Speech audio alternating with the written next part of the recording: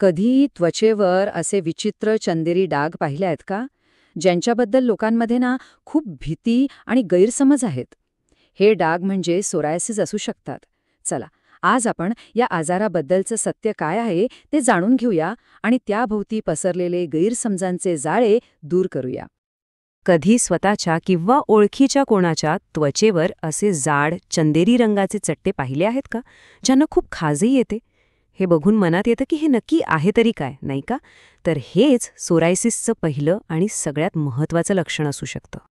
तर मग हे चंदेरी चट्टे नक्की आहेत तरी काय आणि ते येतात कुठून? याच्यामागे एक शास्त्रीय कारण आहे, जे थेट आपल्या शरीराच्या रोगप्रतिकार शक्तीशी म्हणजे आपल्या इम्युन सिस्टमशी जोडलेलं आहे. सगळ्यात आधी एक गोष्ट लक्षात घेऊया. सोरायसिस हा फक्त त्वचेचा आजार नाहीये, हा एक ऑटो इम्यून आजार आहे. म्हणजे काय? तर आपल्या शरीराचे सैनिक म्हणजेच आपली रोगप्रतिकारक शक्ती चुकून आपल्याच त्वचेच्या पेशींवर हल्ला करतात आणि त्यांना इतक्या वेगाने वाढायला लावतात की जिथे सामान्य त्वचा बनायला 7 दिवस लागतात, तिथे हे काम फक्त 3 दिवसात होतं. इथे बघा, हा जो डावीकडचा बार आहे तो दाखवतोय की सामान्य त्वचेला पूर्णपणे तयार व्हायला 7 दिवस लागतात. पण आता उजवीकडचा बार बघा, सोरियासिसमध्ये हेच काम फक्त 3 दिवसांत होतंय आणि याच प्रचंड वेगामुळे त्वचेच्या पेशी एकावर एक जमा होतात आणि ते जाड खवले असलेले चट्टे तयार होतात. बऱ्याचदा लोकांचा सोरायसिस आणि एक्झिमामध्ये गोंधळ होतो, पण यात फरक आहे. जसं इथे दिसतंय, सोरायसिसचे चट्टे जाड आणि चंदेरी रंगाचे असतात आणि त्यांच्या कडा एकदम स्पष्ट दिसतात. हे सहसा कोपर, गुडघे आणि डोक्याच्या त्वचेवर येतात. याउलट एक्झिमाची चट्टे लालसर आणि थोडे ओलसर असू शकतात आणि ते सहसा त्वचेच्या घड्यांमध्ये दिसतात. आता बोलूया त्या सर्वात मोठ्या आणि हानिकारक गैरसमजाबद्दल, ज्यामुळे रुग्णांना प्रचंड मानसिक त्रास आणि सामाजिक बहिष्काराला सामोरं जावं लागतं. खूप लोकांना असं वाटतं की सोरायसिस हा संसर्गजन्य आहे, म्हणजे तो एका व्यक्तीकडून दुसऱ्या व्यक्तीला स्पर्शाने लागतो. हा एक खूपच मोठा आणि दुर्दैवी गैरसमज आहे. तर सत्य काय आहे? सत्य हे आहे की हे पूर्णपणे खोटं आहे. सोरियासिस हा आजार अजिबातच संसर्गजन्य नाही. तर याचा सरळ अर्थ काय होतो? याचा अर्थ होतो की सोरियासिस असलेल्या व्यक्तीसोबत आपण जेवू शकतो, त्यांच्यासोबत राहू शकतो, त्यांना स्पर्श केल्याने हा आजार आपल्याला कधीच होऊ शकत नाही. त्यांना समाजात वेगळं टाकण्याची नाही, तर सहानुभूतीची आणि भावनिक आधाराची गरज आहे.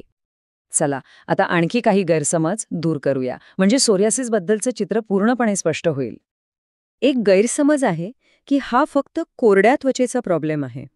पण सत्य हे आहे की हा एक सिस्टेमिक आजार आहे, म्हणजे त्याचा परिणाम संपूर्ण शरीरावर होऊ शकतो. फक्त त्वचेवरच नाही, तर काही लोकांमध्ये याचा परिणाम सांध्यांवरही होतो, ज्याला सोरियाटिक आर्थरायटिस म्हणतात, ज्यात सांधे दुखतात आणि सुजतात. आणखी एक मोठा गैरसमज म्हणजे हा आजार कायमचा बरा होतो. पण खरं तर हा एक क्रॉनिक म्हणजे दीर्घकाळ चालणारा आजार आहे, अगदी मधुमेहासारखा. तो पूर्णपणे बरा होत नाही, पण योग्य उपचार आणि चांगली जीवनशैली ठेवून त्याला उत्तम प्रकारे नियंत्रणात ठेवता येतं. बरं, गैरसमज तर दूर झाले. आता सगळ्यात महत्त्वाच्या भागाकडे वळूया, म्हणजे सोरायसिसला चालना देणारे घटक कोणते आहेत, ज्यांना ट्रिगर्स म्हणतात, आणि यावर नियंत्रण मिळवून एक चांगलं आणि निरोगी आयुष्य कसं जगायचं हे पाहूया. सोरियासिस वाढवणारे काही प्रमुख घटक आहेत जे टाळलेच पाहिजेत. यामध्ये अल्कोहोल आणि धूम्रपान तर आहेतच, पण या सगळ्यांमध्ये सगळ्यात मोठा खलनायक आहे ताण. मानसिक ताण थेट आपल्या इम्युन सिस्टीमवर परिणाम करतो आणि सोरियासिस वाढवू शकतो. पण चांगली गोष्ट ही आहे की यावर नियंत्रण मिळवता येतं. त्यासाठी या 5 सोप्या पायऱ्या लक्षात ठेवूया. पहिलं, ताण कमी करा. त्यासाठी योग, ध्यान खूप मदत करतं. दुसरं, त्वचा नेहमी मॉइश्चराईज ठेवा, तिला कोरडी होऊ देऊ नका. तिसरं, प्रत्येकाचे ट्रिगर्स वेगळे असू शकतात, ते ओळखून टाळा. चौथं, सकाळचं कोवळं ऊन थोड्या प्रमाणात फायदेशीर ठरू शकतं. आणि 5वं, सर्वात महत्त्वाचं, स्वतःच्या मनाने काहीही न करता त्वचारोग तज्ज्ञांचा सल्ला घ्या. तर या सगळ्या माहितीचा सार काय आहे? तो म्हणजे सोरियासिसला घाबरून जाण्याचं किंवा रुग्णाला वेगळं टाकण्याचं काहीच कारण नाही.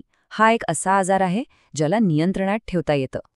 चला, 3 सर्वात महत्त्वाचे मुद्दे पुन्हा एकदा लक्षात ठेवूया. 1. सोरायसिस संसर्गजन्य नाही. 2. तो अस्वच्छतेचं लक्षण नाही. आणि 3. हा एक ऑटो इम्यून आजार आहे ज्याचं व्यवस्थित व्यवस्थापन करता येतं. आज यावर खूप चांगले आणि प्रभावी उपचार उपलब्ध आहेत. आता आपल्याला सत्य माहिती आहे, तर प्रश्न हा उरतो की एक समाज म्हणून आपण सोरायसिस सोबत जगणाऱ्या लोकांना अधिक चांगला आधार कसा देऊ शकतो. योग्य माहिती आणि सहानुभूती या 2 गोष्टींमुळे आपण त्यांच्याकडे बघण्याचा दृष्टिकोन नक्कीच बदलू शकतो आणि त्यांना एक सामान्य, आनंदी जीवन जगण्यास मदत करू शकतो.